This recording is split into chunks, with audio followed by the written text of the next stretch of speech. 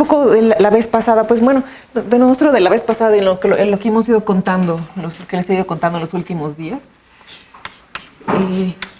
hemos visto varios ejemplos. Gracias.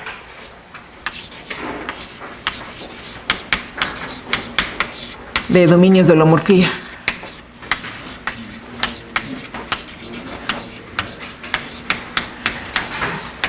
Entonces, en el orden en que los vimos, empezamos con dominios de convergencia. Ya vimos que eran dominios de existencia, ya les conté que esos son lo mismo que los dominios de holomorfía.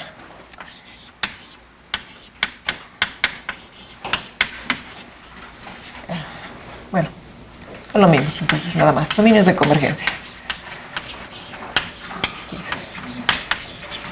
Los dominios de convergencia, entonces hemos visto que daban dentro de los dominios de existencia y esos estaban dentro de los dominios de holomorfía. Y luego de ahí vimos unos ejemplos puntuales. Vimos nada más los dominios en C, dominios en el plano complejo, y también vimos los dominios convexos, así otra vez en general.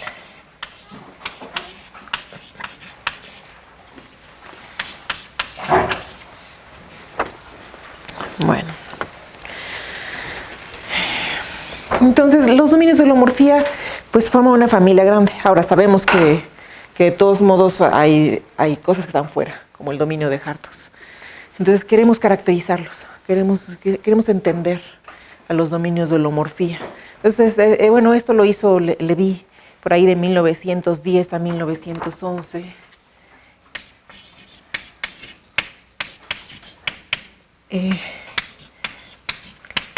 Levi pues deja las bases, nada más. Sentó las bases, pues. Sentó las bases para caracterizar a los dominios de holomorfía. Bueno, no todos.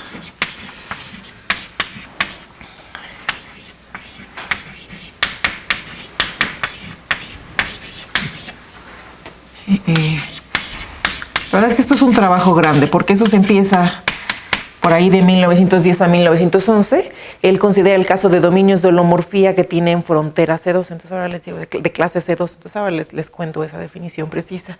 Pero la verdad es que toma mucho tiempo, como realmente él conjetura algo y te toma pues décadas hasta que realmente lo prueban por ahí. Creo que es hasta 1940 que se prueba que los dominios de holomorfía se pueden caracterizar localmente. Bueno, los de frontera C2, y ya para el caso que no tienen frontera C2, eso ya se va haciendo, bueno, en las siguientes décadas. Todavía quedan problemas abiertos. Por ejemplo, ¿qué pasa en dimensión infinita? Pues ya hay casos que ya están cubiertos, otros no. Bueno, lo que pasa es que no les dije, pero las definiciones que les di al menos de dominio de holomorfía, es la misma. En dimensión infinita se puede dar la misma. Hay muchas cosas que les he contado que la verdad es que mucho se puede extender a dimensión finita. Bueno, pero nada más para contarles un poco de la historia, pero ahora sí, me voy a enfocar entonces en lo que hemos estado platicando. En los dominios de holomorfía con frontera C2. Entonces déjenme les cuento qué es un dominio con frontera C2.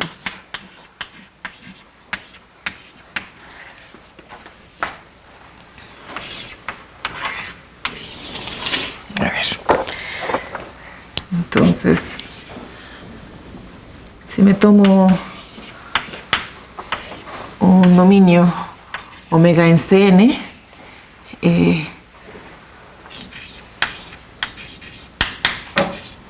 bueno, ok. Es un dominio.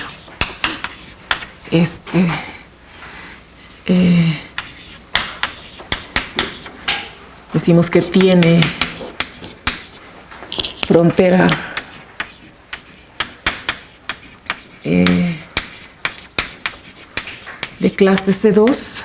Sí, bueno, si la frontera es de clase C2, ok, estamos un dominio, ok, entonces acotado. Perdón.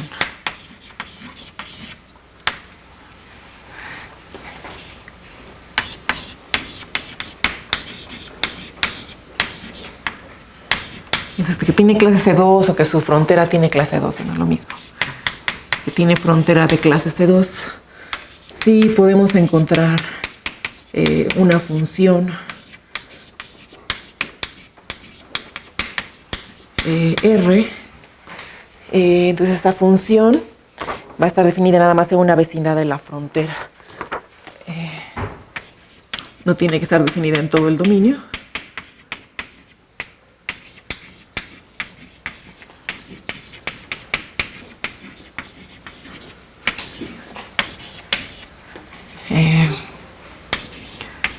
Esa es la notación que estamos usando para la frontera B de omega, de boundary, de la frontera de omega, tal que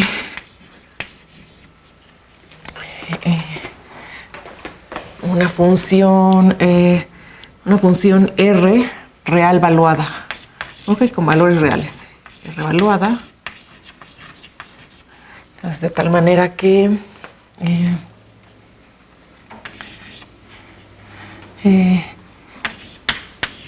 los puntos donde la función vale menor que 0 sea precisamente lo que está en omega. Bueno, pero nada más está definida en una vecindad de la frontera. Entonces esto va a ser pues lo que quede, U intersectado con la frontera. Entonces, bueno, hago un dibujito. Este es mi dominio. Y entonces lo que quiero es encontrar una función R de tal manera que, bueno, que sea de clase C2, de tal manera que aquí es donde la función es menor que 0. Ok. Yo creo que una vez en alguna clase lo que hice fue pintar esto de azul. Pienso, bueno, esto es el mar.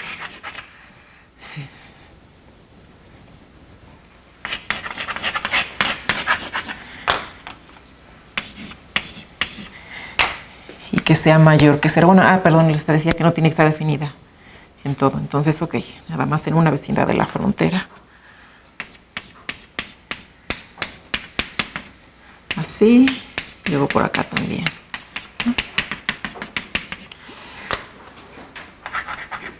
Bueno, entonces lo azul es donde la función es menor que 0. Y aquí la arena, donde la función es mayor que 0.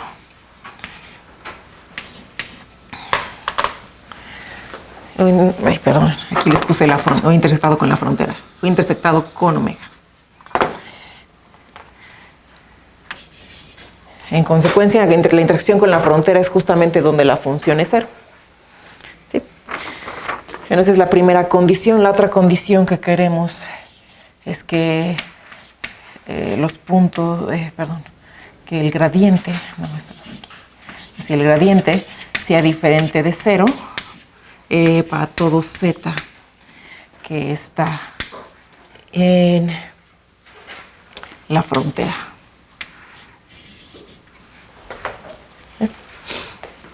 ¿Eso para qué lo queremos? Bueno, lo que pasa es que eso nos permite usar el teorema de la función implícita y así tenemos que la frontera va a ser una subvariedad cerrada de omega. ¿Ok? Entonces, ok, bueno. Otra pregunta. Sí. Ahí tiene una imagen en el centro. Es para entender yo, no es que no sí. lo vi claramente. Y la interpretación que hace es en la parte del centro hay otra parte del sí. frontera, pues. Sí, esa es la vecindad U. Ok. Me faltaría poner aquí, ese es U. La frontera, por supuesto, es lo que está, lo punteado, lo que está en blanco. ¿La frontera de afuera y la parte de adentro o si son diferentes? Sí, la función es real valuada. Entonces, la parte donde la función es menor que 0, ese es justamente lo de adentro, lo que sí está dentro de omega. ¿Ok? Entonces, U intersectado con omega. Y lo que está afuera, bueno, y el resto es entonces lo de afuera. Por supuesto, la frontera es justamente donde la función es 0. Ok. Entonces les decía, nada más esta condición es para usar el teorema de la función implícita y para que así la frontera quede una subvariedad cerrada de omega. Okay. Omega es un abierto, bueno, entonces es una variedad en Cn. Ok, bueno, no voy a entrar en esos detalles. Entonces, esa es la definición. Eso es lo que quiere decir que un dominio tenga frontera de clase C2. Bueno, lo mismo puede ser con de clase CK. Lo que pasa es que la clase C2 es lo que vamos a necesitar. Ahora les voy a ir contando por qué. Bueno, en este caso decimos, cuando pasa todo esto, y para esta función R, en este caso R es función definitoria.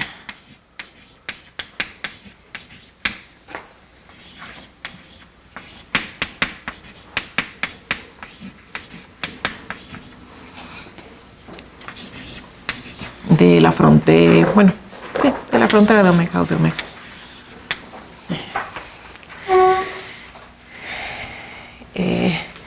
Y bueno, por supuesto, podríamos tener otra función definitoria. Entonces sería interesante ver cuál sería la relación. Bueno, si hay otra función definitoria, si R1 es otra función definitoria,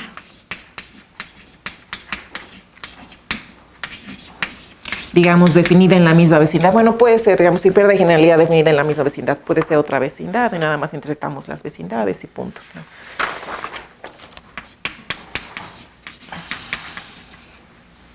También definida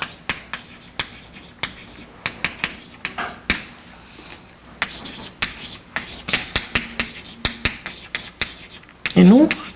Entonces tenemos unas relaciones.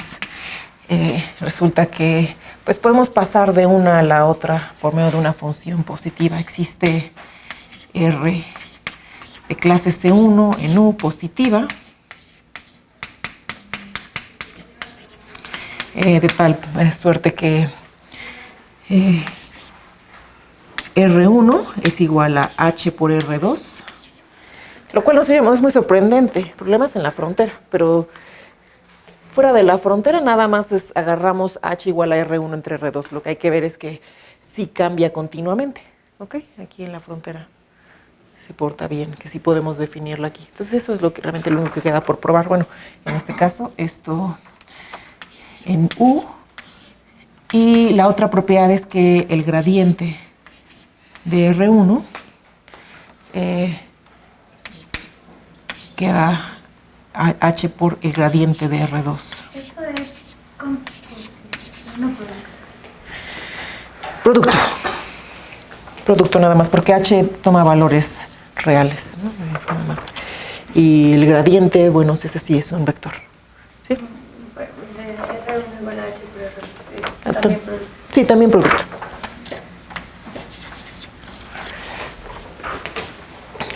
Esto en la frontera.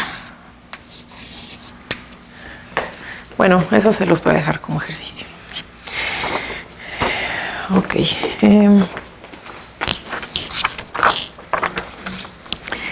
¿Puede repetir lo que es función definitoria? Sí, es lo que acabo de definir. De función definitoria es una función R que satisface todo lo de arriba. ¿Sí? Una función R que hace que omega o la frontera de omega tenga, bueno, si la frontera de omega sea de clase C2. R sea de clase C2. ¿Le pide uno que la función sea de clase C2? Sí, para que la frontera sea C2. Sí. Ok.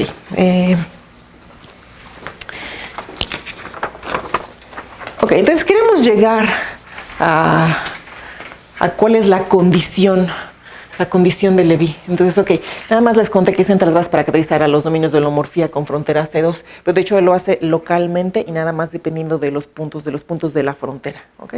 Entonces, en vecindades de los puntos de la frontera. Entonces, es a lo que queremos llegar. Pues vamos a considerar el caso en el que estamos en un dominio convexo. ¿Por qué? Porque, bueno, al menos aquí, si se acuerdan de lo que les contó Judith, hay para las funciones convexas, pues el hessiano satisface ser positivo, ¿no? Ser positivo definido. Entonces eso es algo que podemos explotar, ¿ok? Entonces, digamos, es una condición diferencial que podemos explotar.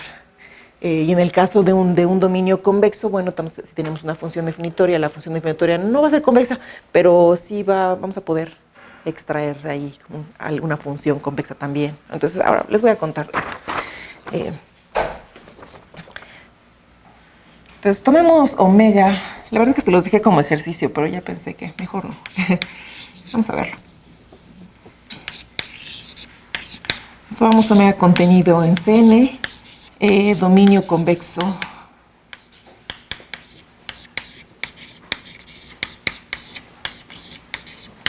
con frontera C2.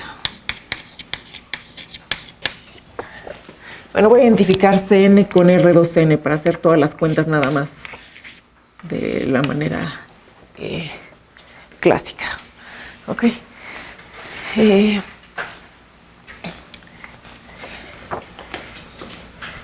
Con frontera C2 dada por la función definitoria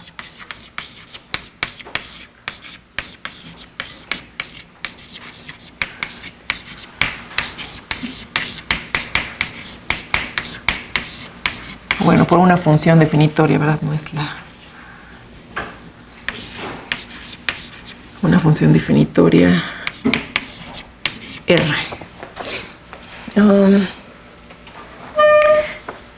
Ok, entonces queremos ver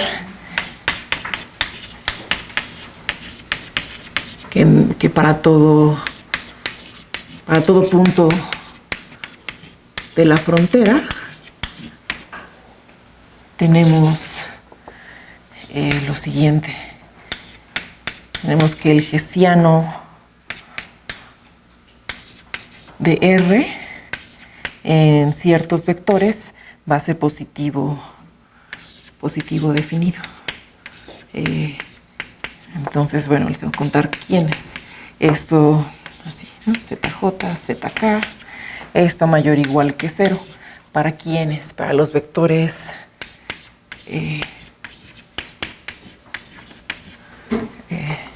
Z que están en el tangente. Perdón, el tangente por Z a la frontera de omega. Las X son los elementos de Z. Sí, por eso tomo la suma hasta 2n, son las coordenadas reales. Entonces, bueno, aunque estamos en Cn, ok, lo identifico con R2n y ya más pienso en las 2n coordenadas. Okay. A ver, entonces, ¿esto por qué va a pasar? Bueno, quizás les haga un dibujito. Tengo un dominio convexo. Es quizás algo así. Bueno, me está quedando muy redondo. Bueno, es convexo. Tiene que ser. Más que no me quede como una bola. A ver. Algo así. Me va a tomar un punto Z, digamos este de acá. Z en la frontera. Y entonces, ¿quién es el tangente? El tangente por la frontera.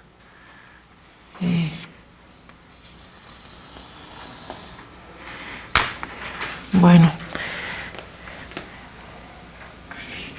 No va a ser difícil ver que esto es... bueno, aquí les he puesto la misma notación adentro y afuera. Le voy a poner Z0. Aquí también. Uy, no. No, se va a confundir con conjugado, perdón. Otra letra para eta, gracias. Eta en R2N. De tal modo que la suma desde 1 hasta 2n de la parcial de R con respecto a XJ por Z por eta. A ver, esto es 0. Lo que pasa es que esto que este es el gradiente punto eta, ¿no? Entonces, bueno, el gradiente es la dirección de mayor crecimiento, ¿no? Bueno, y ya no hice bien mi dibujo.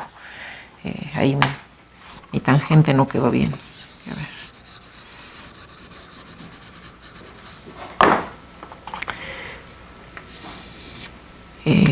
¿Para dónde va a quedar el gradiente?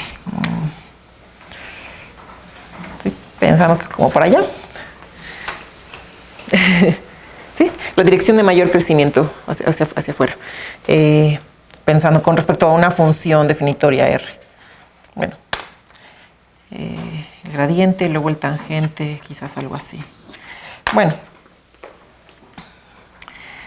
tal que, bueno, esto no es difícil de ver, que es el tangente. Lo que hay que ver es que eso se satisface. ¿Por qué pasa esto? Bueno, pasa que, pues sabemos que R de Z es 0, ¿no? Eso sí que lo sabemos. Pero ¿qué pasa si me agarro R de la función G de T, que está dado por R de Z más T por aquella Z griega, alguna Z griega de aquellas, ¿no? Que estén en el tangente. Entonces me estoy tomando un vector aquí en el tangente y lo estoy sumando Z. Entonces la suma queda, ¿quién me queda? Bueno, pues depende de dónde esté el origen, pero digamos que está por acá. Podría estar fuera incluso, ¿verdad? Bueno.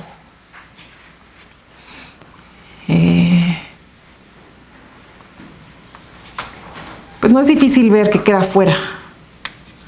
Ok, eso igual los dejo a ustedes checar, pero esto siempre va a quedar mayor que 0, excepto cuando T es 0. Se van por acá o se van por allá, ¿no? Entonces, G va a ser una función. Bueno, entonces sí, les dejo esto ya lo chequen, pero G va a ser una función convexa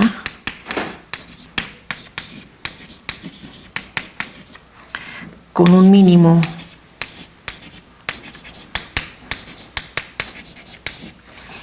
en T igual a 0. Y justamente vamos a obtener bueno, hay que sacar de aquí el hessiano de G, pero vamos a recuperar esta expresión para cualquier Z que tomemos en el tangente, ¿sí? A la frontera, bueno, por Z. ¿No puedo tomar un punto adentro de ese círculo? Pues sí puedes, bueno, círculo, bueno, supone que era un convexo cualquiera, omega, pero sí puedes, pero ahí sí ya no puedes asegurar que esta función queda mayor que 0 para T diferente de 0. Puede quedar en negativo. Sí, ahí sí.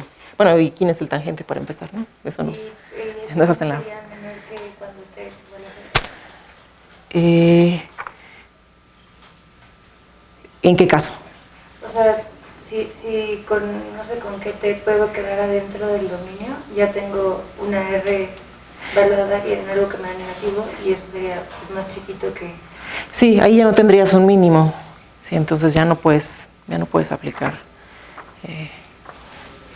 Bueno, obtener lo de que el hessiano es positivo definido. Ese es el problema. ¿Sí? Bueno, entonces, pues vamos a fijarnos en esto. Entonces, esto es lo que pasa para los convexos. ¿Ok? Bueno, ya les di más o menos la idea. Ahí llenan los detalles. Vamos a escribir al hessiano que tenemos ahí. Vamos a reescribir en forma compleja. Resulta que esto... Entonces vamos a pensar, por supuesto, a ver, perdón, aquí arriba les pongo ZJ va a ser X sub 2J menos 1 más I veces X sub 2J.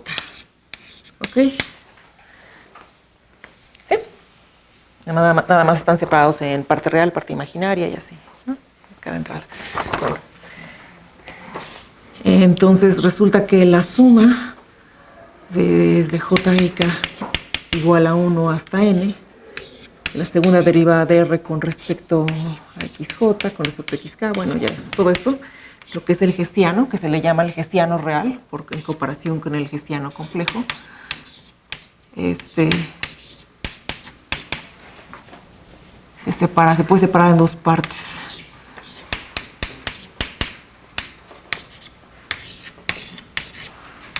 Una con derivadas con respecto a ZJ y ZK.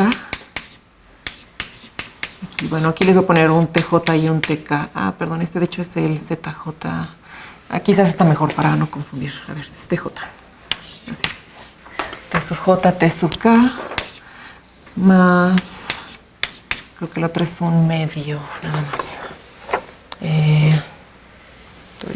No, así. Suma desde 1 hasta n. Bueno, total, tomamos todo.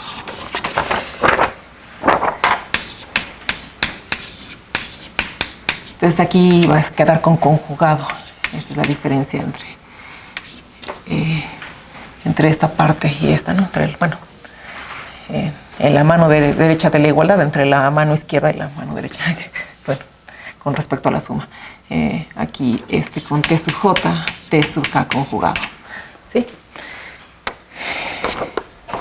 Entonces esto va a pasar para los elementos de Z que están en el tangente donde T está escrito así. Ok, ¿qué tal si en vez de restringirnos a este tangente nos restringimos al tangente complejo? Entonces les voy a dar la definición del tangente complejo. Si nos restringimos... Entonces lo que pasa es que el tangente es un espacio, ¿sí? Es fácil ver que es un espacio vectorial. Entonces, si queremos que sea un espacio vectorial complejo, pues tenemos que arreglar para que sea como tomar la parte de esto que sí es espacio vectorial complejo. Entonces, ¿eso qué va a ser?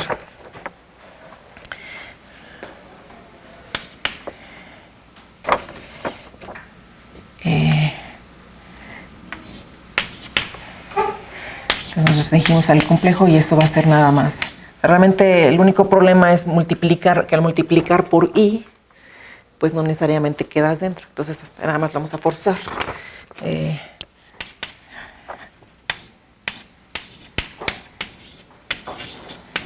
Entonces intersectas con i veces el tangente. El tangente real lo intersectas con i veces el tangente real. Y ese es el tangente complejo. Bueno, es lo único que falta.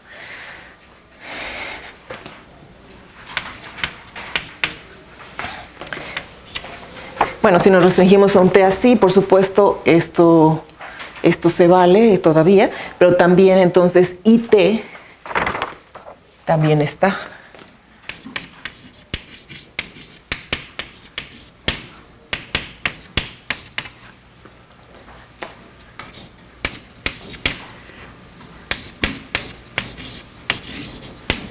¿Sí? También está en el tangente complejo. Así que, pues, también debe satisfacer la ecuación. Entonces, ¿qué pasa si ponemos IT? A ver, ponemos IT, así que al sustituir, pues, arriba, lo voy a llamar estrella.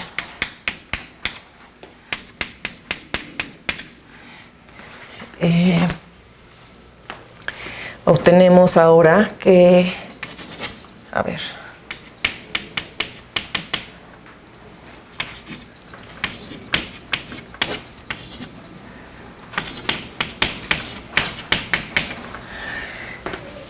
entonces aquí multiplicamos, aquí ponemos ITJ en vez de ET, de TJ, aquí también IT, nos sale una I cuadrada hasta afuera, entonces allá nos queda un menos, ¿no? ¿Sí? Nos queda menos la suma, perdón, aquí, menos por T sub J por T sub K. Entonces todo esto era mayor o igual que 0, ¿verdad? Voy a poner aquí.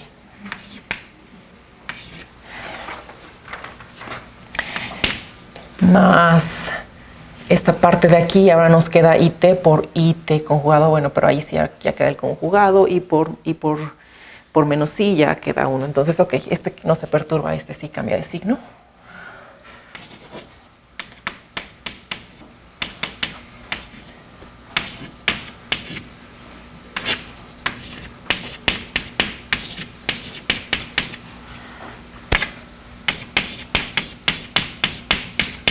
Entonces, ese también es mayor o igual que 0. Entonces, pues nada más promediamos. Bueno, para eliminar estos.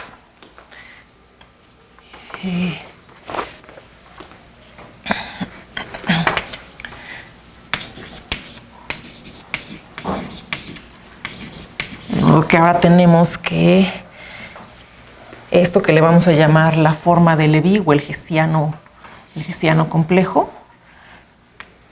La forma de Leví en Z para la función R en el vector T, dado a como lo tenemos.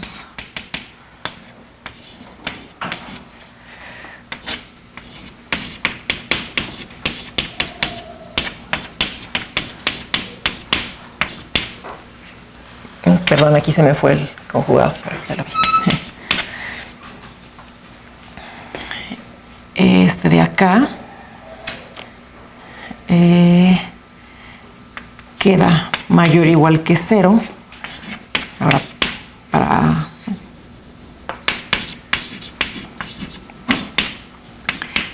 los elementos del tangente complejo.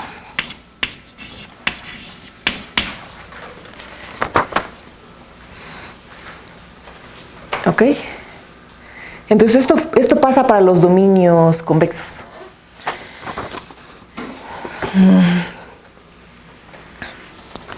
Entonces le digo que le vamos a llamar forma de Leví.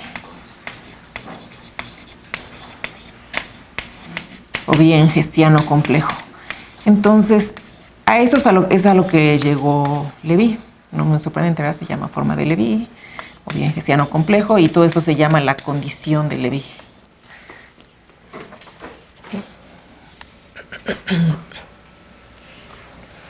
Voy a poner una doble estrella. Doble estrella es la condición de Leví.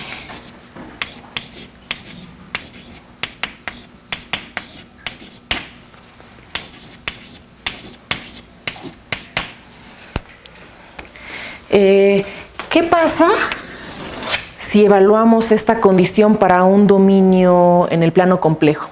A ver, si omega está contenido en C, es un dominio arbitrario. Ya no tiene por qué ser convexo.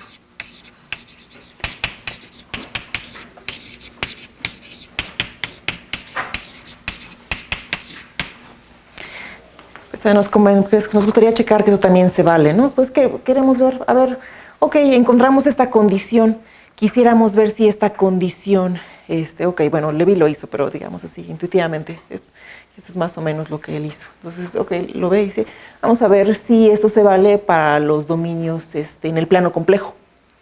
Pero si es suficiente para decir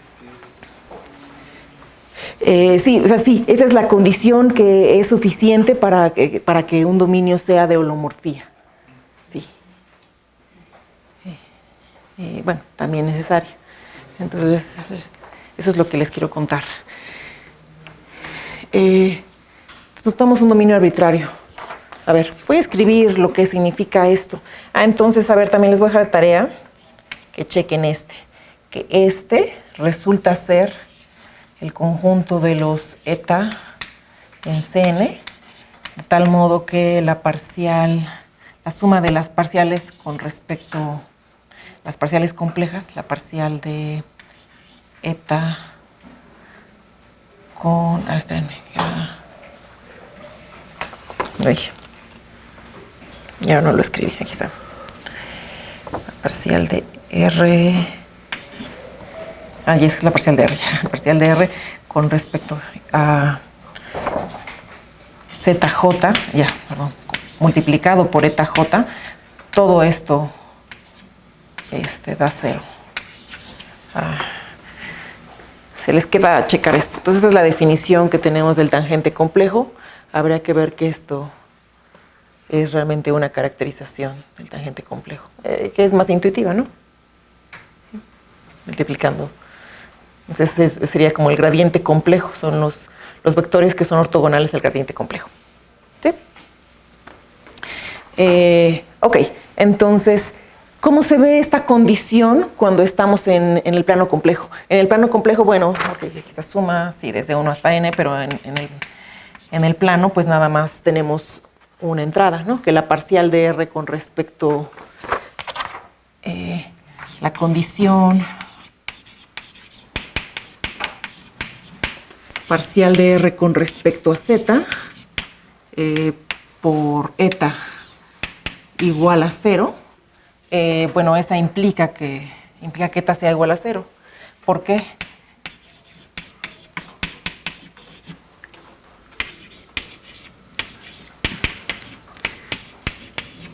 Pues nada más porque la parcial de R con respecto a Z tenía que ser diferente de 0. Bueno, este era el gradiente, en este caso es el gradiente. ¿Sí? Bueno, gradiente complejo, ya lo habíamos visto. Sí. No estoy con el módulo ahí en la suma. ¿En dónde, perdón? O sea, no sería la suma de los módulos, de la parcial de R. No, así. Sí, está bien. Sí. Nada más es que eta sea ortogonal al gradiente complejo de R. Sí. Un producto interno, ¿no? Sí, sí, es un producto, es por lo que digo. Nada más que lo vas a escribir. Producto interno. Sí, nada más que aquí es real. Sí, es complejo. O sea, ¿dónde dice la condición? La condición. Sí, exacto. Lo que pasa es que sí, es si quieres, nada más que estamos en el plano complejo, entonces ya nada más lo pensé como producto. Pero sí, es la condición de que el producto de la parcial de R con respecto a Z, que en el caso de una variable nada más es que el gradiente multiplicado por eta sea 0. ¿Sí? Entonces, que esto sea 0, pues sabíamos que el gradiente era diferente de 0. Espérenme, entonces esto es, perdón, se me olvida poner aquí, esto es en el punto, les puse T y les cambio los nombres, ¿verdad? Pero este es Z. Este es Z.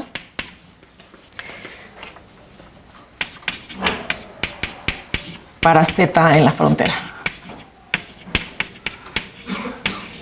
¿Sí? El Z que tomamos desde el principio estaba en la frontera. ¿Sí? Ok. Bueno, entonces la condición es, pues, ¿Cómo sabemos que esa derivada no es 0? era la condición del gradiente que les haya puesto por aquí. Era para que una función fuera definitoria, necesitábamos que el gradiente fuera diferente de 0. Que la razón por la que se pide esta condición es para garantizar que la frontera sea una subvariedad compleja de la variedad que tienes. Bueno, en este caso tu variedad pues es el dominio. ¿Sí? Tú usas el teorema de la función implícita. ¿Ok? Bueno.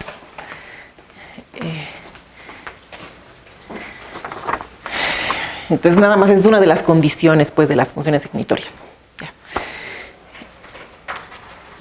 Entonces, bueno, si eta es igual a 0, si los únicos para los zetas que a los que vamos a evaluar son eta igual a 0, pues, bueno, perdón, aquí eta es este t. Entonces, tenemos que evaluar para t igual a 0.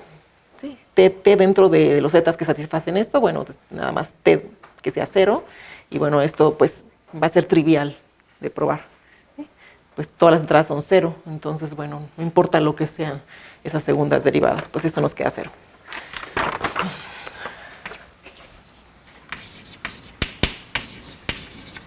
Que trivialmente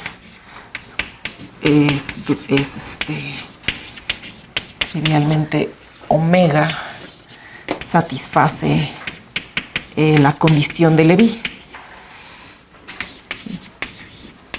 Ok, entonces ya tenemos dos tipos de ejemplos. Tenemos los dominios convexos y los dominios en C. Vamos a decir que los dominios que satisfacen la condición de Levi, perdón.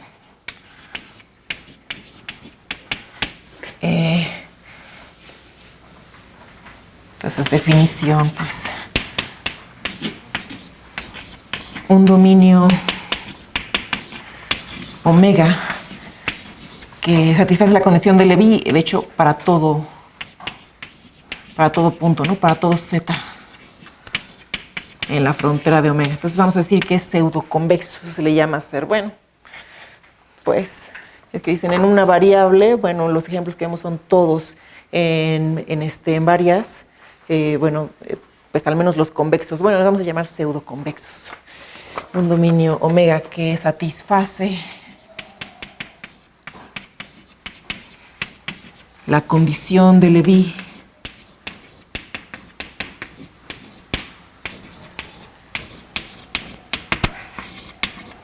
en Z es llamado dominio pseudoconvexo. Dominio Levi pseudoconvexo, perdón, pseudoconvexo es otra noción. Bueno, van a ser lo mismo, pero les voy contando cómo es la historia. Dominio Levi pseudoconvexo.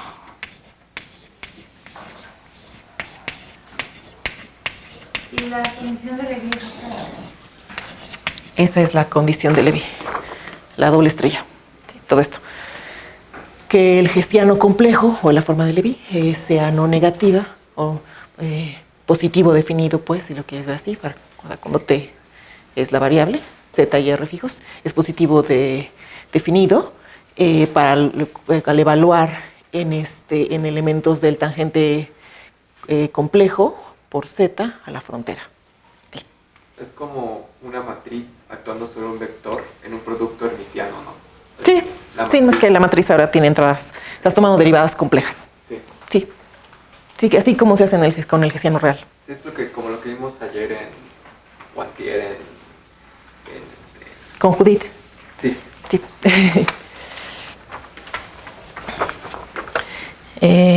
Bueno, Levi pseudoconvexo en Z.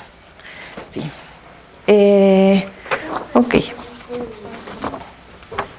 ¿Más preguntas o no? No, es que ya no se ve eso. Pero bueno, ya iba a parar. Yo solamente quiero, es una observación pequeña. Anteriormente tenía ahí, Sí. en donde está, que fue la tarea, arriba, para T, que existe abajo. ¿Así acá? Sí, tenía en vez de Z una P. ¿Pero por qué puso esa P? Perdón, nada más me quedo también con la anotación, me fijo con la anotación y me queda en la cabeza, pero sí, me refería a Z, nada más. Sí, porque también P por punto, hacia pues. arriba y todos tienen Z, y hacia adelante igual. Sí, nada más P me hace pensar en punto, pues Z sí es el elemento, bueno, en este caso, complejo en varias variables. No, nada, eso fue lo único.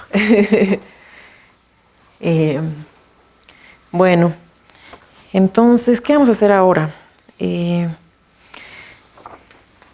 Ok, ahora les hago unas observaciones sobre la forma de Levi.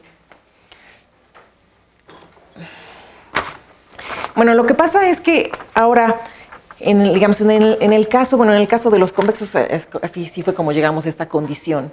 En el caso en el que estamos en C, pues la condición con el tangente, bueno, ok, es trivial, pero en general esta condición, pues, digamos, no es fácil. Entonces nos gustaría que esto pasara independientemente de quién fuera el elemento. O sea, nos gustaría empezar con algo así. Ok, ¿qué pasa si nada más checo cuándo se vale esta condición independientemente de quién esté? Entonces voy a contarles de esto. Pero bueno, antes de eso nada más les hago unas observaciones sobre la forma de Levi.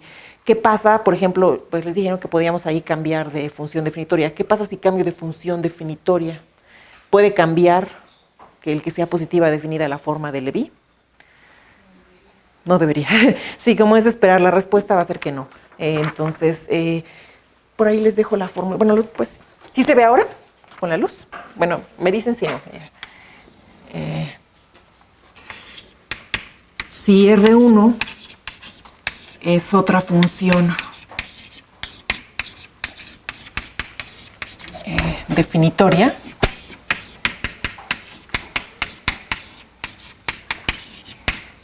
entonces va a pasar que hay una relación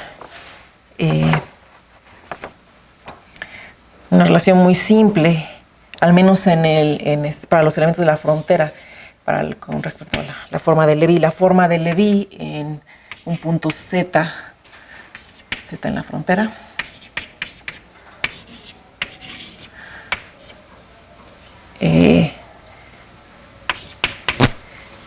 queda IT en el tangente complejo a la frontera. Esto queda nada más que multiplicar una función h de p por la forma de Levi de la función anterior. Para alguna función h de clase C1 en U, función definitoria en vecindad U. Bueno, las mismas condiciones que antes, pues. Entonces tenemos esto. Positiva, por supuesto. Eso es muy importante. Okay. No mayor o igual que 0. Positiva completamente. Aquí, donde Z y T están tomados así. Bueno, ya. Esa es la relación. Entonces, también les voy a dejar esa tarea de ejercicio. Bueno, sí, a mí se me pasaba por aquí decirles, en el caso en el que de hecho tenemos que para T diferente de 0 esto es estrictamente positivo, vamos a decir que el dominio no solamente es Lévy pseudoconvexo, sino es estrictamente Lévy pseudoconvexo. Sí, la condición de Lévy. Bueno, si la forma de Lévy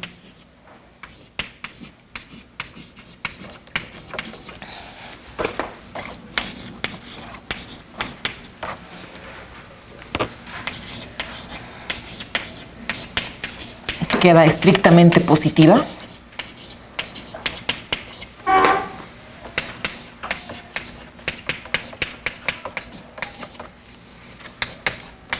para T diferente de 0, otra vez T en el tangente. Tangente complejo. Decimos que es estrictamente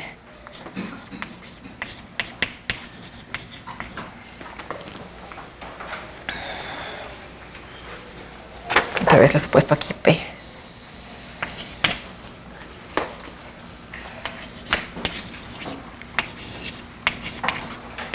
Nada más es porque esa es una condición más fuerte y es con esta, digamos que esta fue más manejable, al menos para Lévy. Él sí probó que los estrictamente Lévy pseudoconvexos eran dominios de holomorfía, aunque no lo hizo para los Lévy pseudoconvexos inicialmente. Es estrictamente Lévy pseudoconvexo.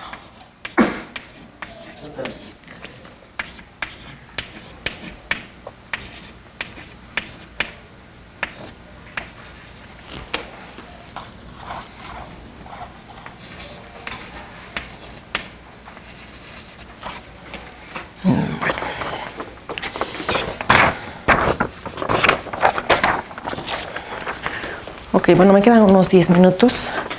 Les voy a contar un poquito, entonces, de condiciones para que esto sea mayor o igual que 0, independientemente de dónde esté el vector. Bueno.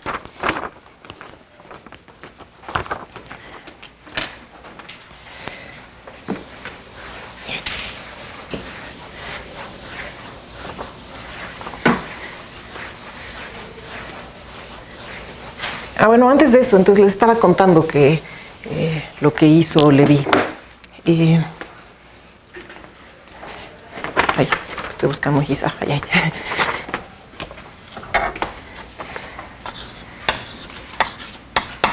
Entonces Lévy sí que prueba que los dominios de holomorfía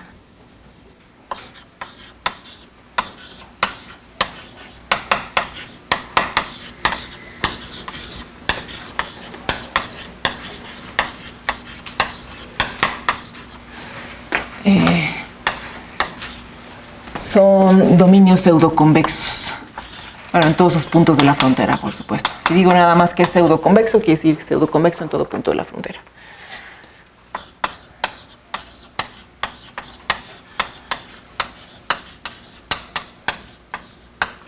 Bueno, entonces si uno ve la prueba hay que usar un par de cosas ahí, hay que usar un poco de subvariedades complejas y también hay que utilizar que la pseudoconvexidad es un invariante bajo cambios biolomorfos de coordenadas. Así que si le aplico una función biolomorfa, tengo, digamos, sé que tengo pseudoconvexidad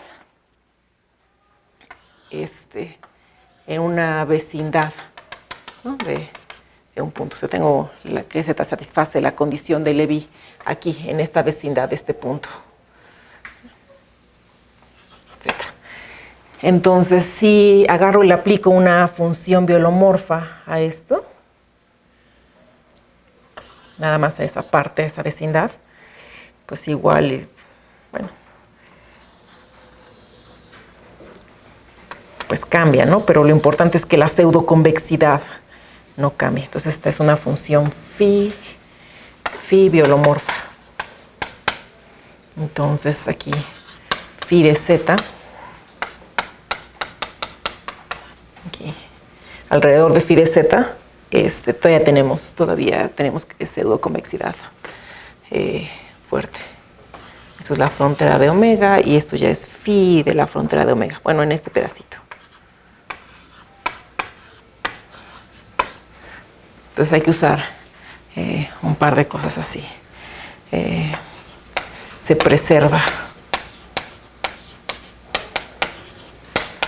la pseudoconvexidad.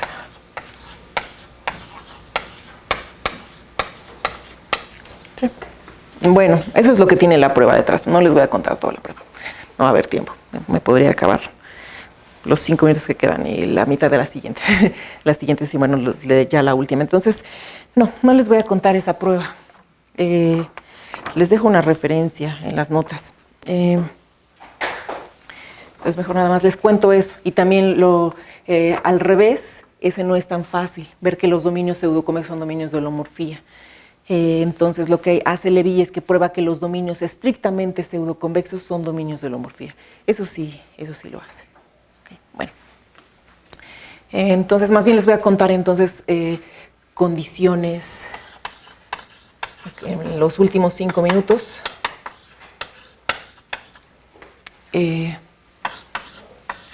Para garantizar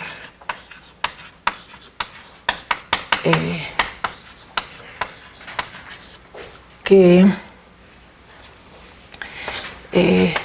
la forma de Lévy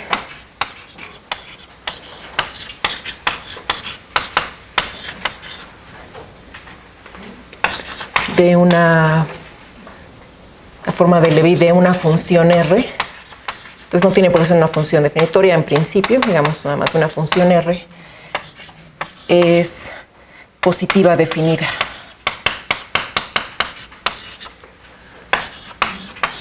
Eso es lo que queremos ver.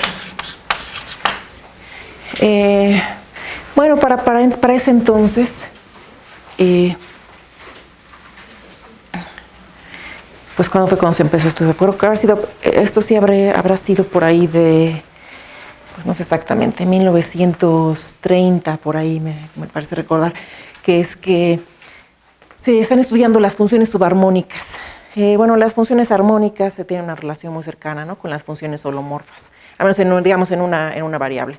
Las funciones armónicas son la parte real de una función holomorfa. Y las funciones armónicas pues aparecen mucho en ecuaciones diferenciales, por ejemplo, en teoría de ¿cómo se dice? Potential theory, teoría de potencial, algo así. Bueno, entonces estaban estudiando las funciones armónicas y las funciones subarmónicas. Ahora les voy a contar, bueno, quizás también hayan visto la condición para las funciones subarmónicas. Se llama la submean value property. Para las funciones armónicas es la propiedad mean value property, como es la propiedad del valor medio, gracias del valor promedio, y entonces para las funciones subarmónicas la propiedad del valor subpromedio. ¿Ok? Bueno, entonces, bueno, ese fue un ejemplo que se encuentra de funciones que satisfacen la condición, bueno, que la forma de Lévy es positiva definida. Les voy a contar antes de eso pues un ejemplo, a ver.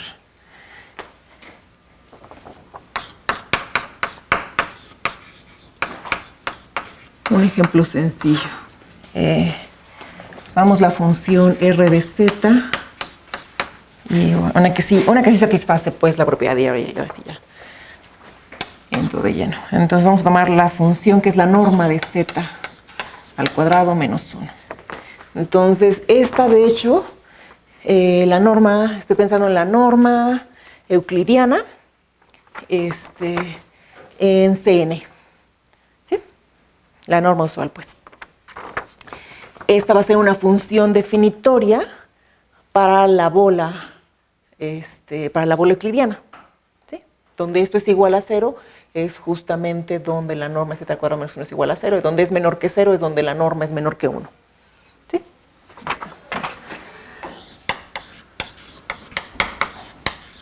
Función definitoria. Bueno, hay que ver que es de clase C2 también, pero bueno. Sí. También de clase C2. Por supuesto, nada más en una vecindad de la frontera. ¿Ok? En el 0 hay una singularidad. Bueno, porque tienes ahí una raíz de clase C2 de la bola euclidiana. Entonces, bueno, sí. La bola es centrada en 0 y de radio 1 en Cn.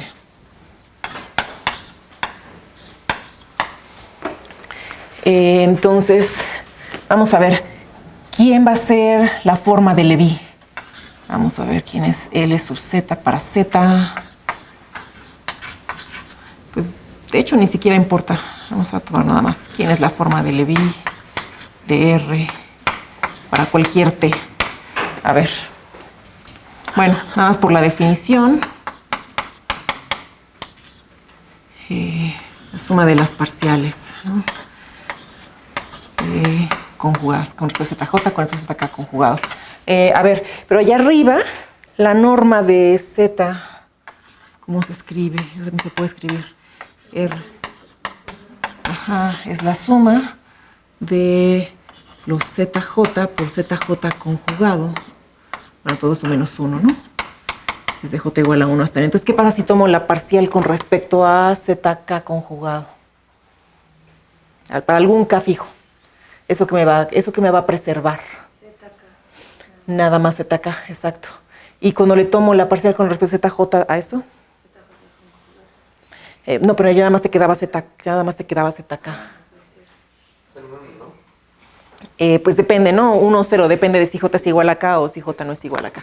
Ok, entonces esto queda la suma desde jk igual a 1 hasta n de los delta jk.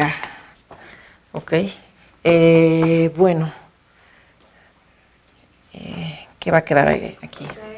Sí, n. Y eso siempre es mayor o igual que 0, ¿no? Bueno, ok, aquí me faltó por multiplicar, perdón, por t sub j, ¿verdad? T sub j, t sub k conjugado. Entonces no es la suma, sino todo esto multiplicado por t sub j, t sub k conjugado. Entonces, ¿qué queda? Perdón, que me faltaba multiplicar por ese término. Sí, la suma de las normas cuadradas de los zj.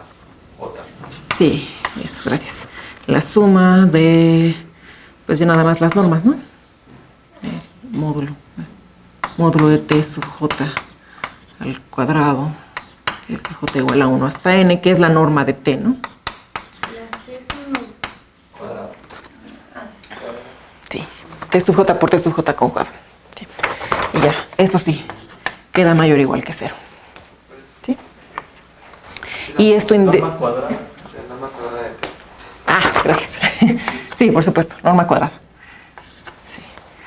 Sí. Bueno, pero esto independientemente de si t está o no en el tangente. Entonces, bueno, creo que ya ahora sí ya se me acabó el tiempo. Entonces, mañana les cuento en general lo que es una función plurisubharmónica que satisface en esta condición. Sí. Dijo que bueno, si cumple la condición de Levi es pseudoconvexo. Sí. Y luego si es pseudoconvexo es de holomorfía.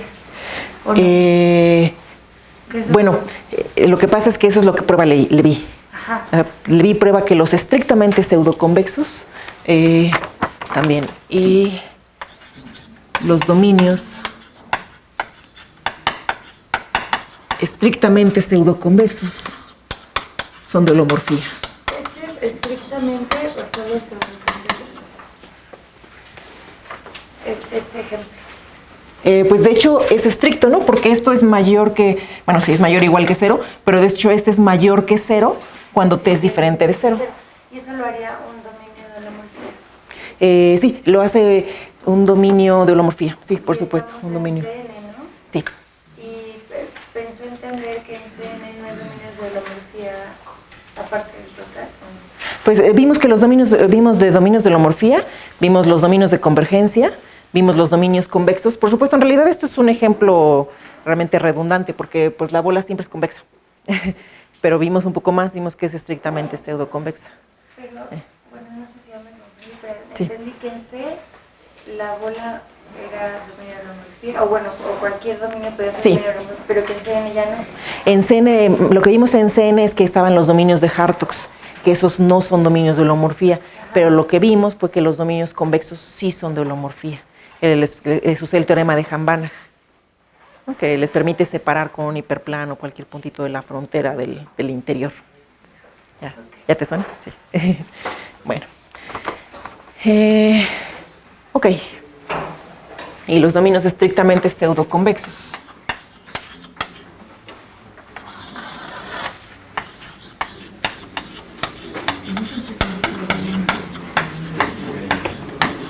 Son de holomorfía.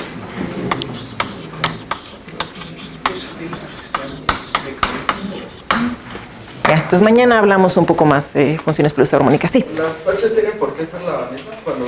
De hecho, sí es la misma. Sí, es la misma H que es la que te cambia de una R a la otra. Es la misma que aparece allá. Sí.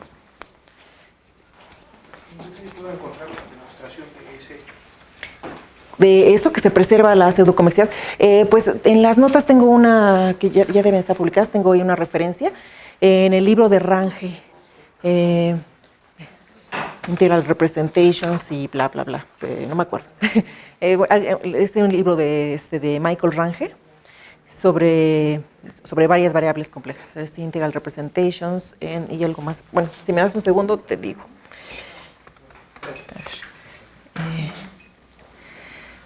Son holomorphic functions and integral representations in several complex variables. Pues igual lo dejo por acá. A ver.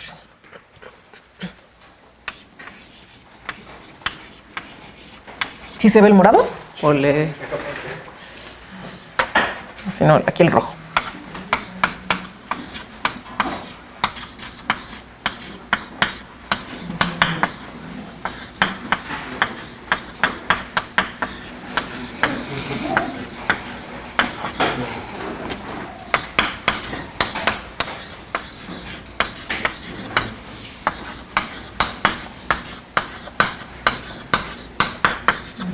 Funciones holomorfas y representaciones integrales.